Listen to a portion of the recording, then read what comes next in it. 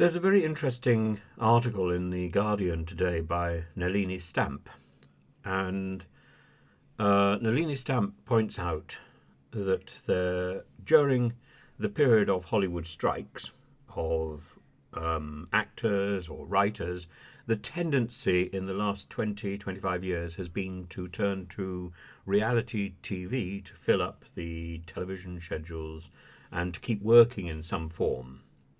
So in 1988, it was Cops and America's Most Wanted. In 2007, a whole slew of reality TV shows and so on. But everything has been turned upside down by Jeremy Hartwell's suing of Netflix. Jeremy Hartwell was on Love is Blind. Now, I've spoken to some of the people involved, and I hope to do more speaking soon. In fact, I think what they're doing is very, very interesting, but they haven't quite gone as far as they should.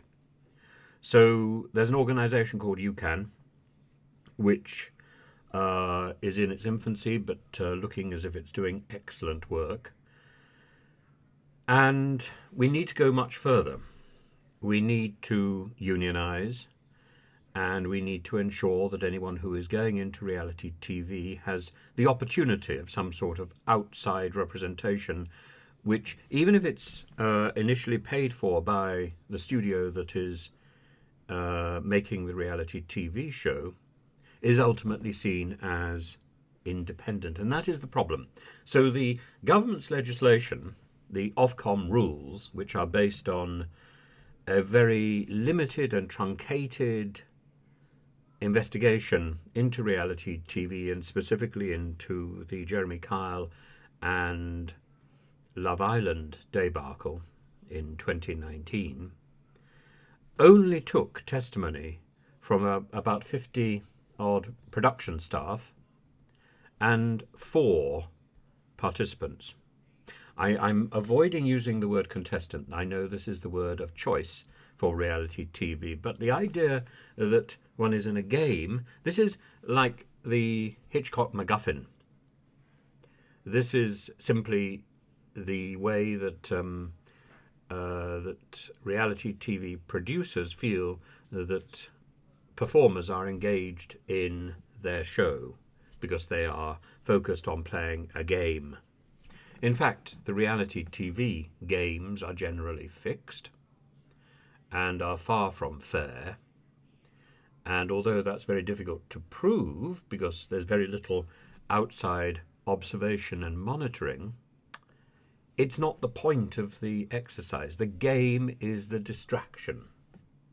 The point of the exercise is to observe people under pressure in drama, creating their own drama for the viewer at home.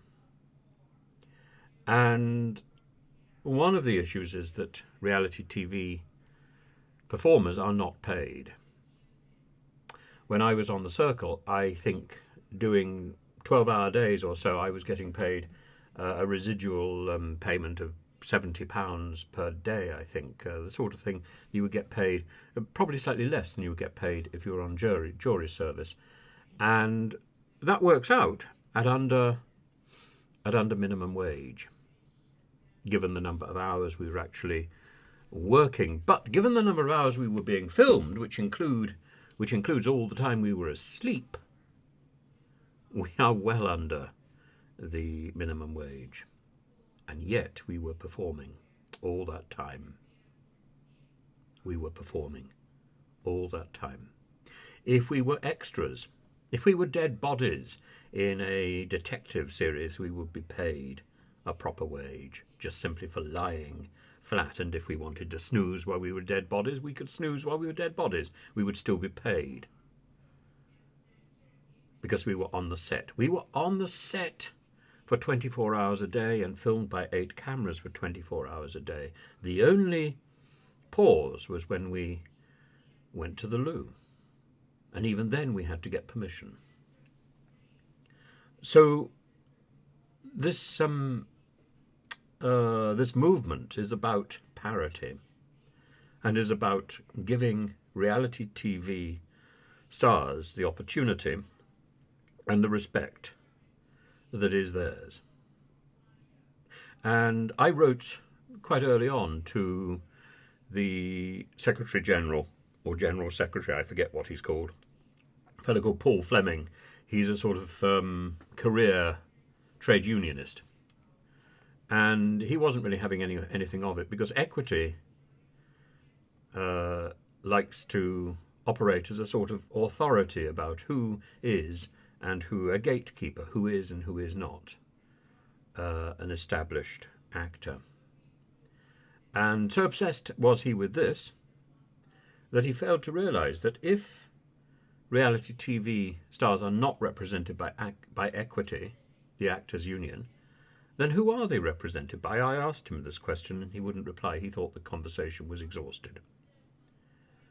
And I begged him to consider that he had, the Equity Union had amalgamated with the Variety Artists Federation.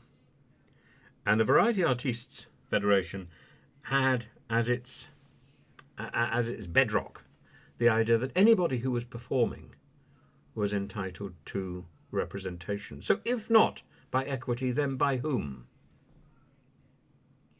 And I would have thought, as a career trade unionist, Paul Fleming would be only too ready to answer that question. Instead, he ducked it. And I think that's wrong.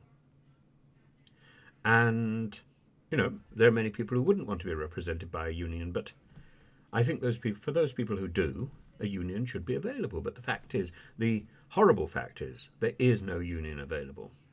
And people who are on reality TV, many of whom, unlike the mainstream media propaganda, have not applied to be on reality TV. The majority of people you see on reality TV were headhunted like me. I knew nothing about reality TV when I went on The Circle. I knew nothing. I didn't even watch Strictly Come Dancing. I had very little interest. I had no idea what I would be in for. I was simply confident that faced with a camera, I would cope. I had no idea at all about the darker side of control that continued after filming had finished. And I don't think anybody could have warned me about that, or anybody could have told me about that, because it's known to such a small handful of people. I think it's my job to let that story get to a wider audience. And it's my job, as somebody who was a winner in The Circle, and who cannot therefore, I think, be dismissed as somebody with sour grapes, it's my job to campaign for those people who find themselves in this position where they are suddenly on television and are suddenly in a position where they lose agency. Now, of course, as an actor, you surrender agency, but you know that someone's got your back. You've got your own agent, you've got your union, you've got your family, or whatever. You've got your own structure supporting you, even if the production that you're on is deeply abusive. You also know that eventually it's going to come to an end.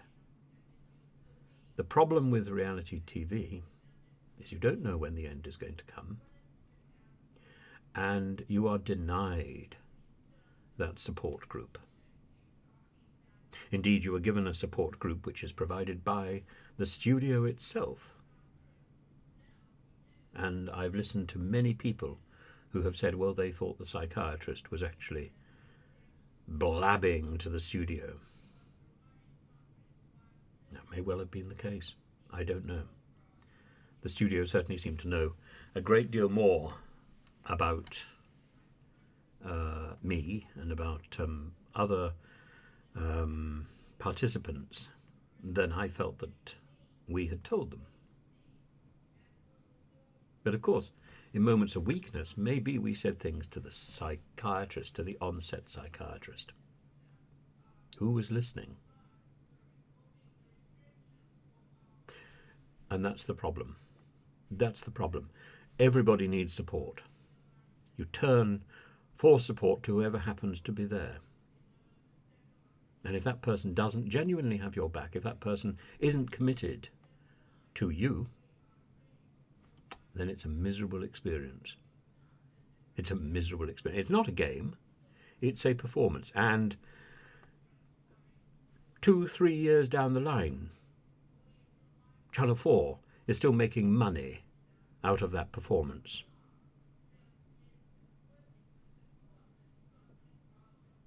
And, you have to ask, why are the people who are on that screen not making that money? Who represents them? Who represents them?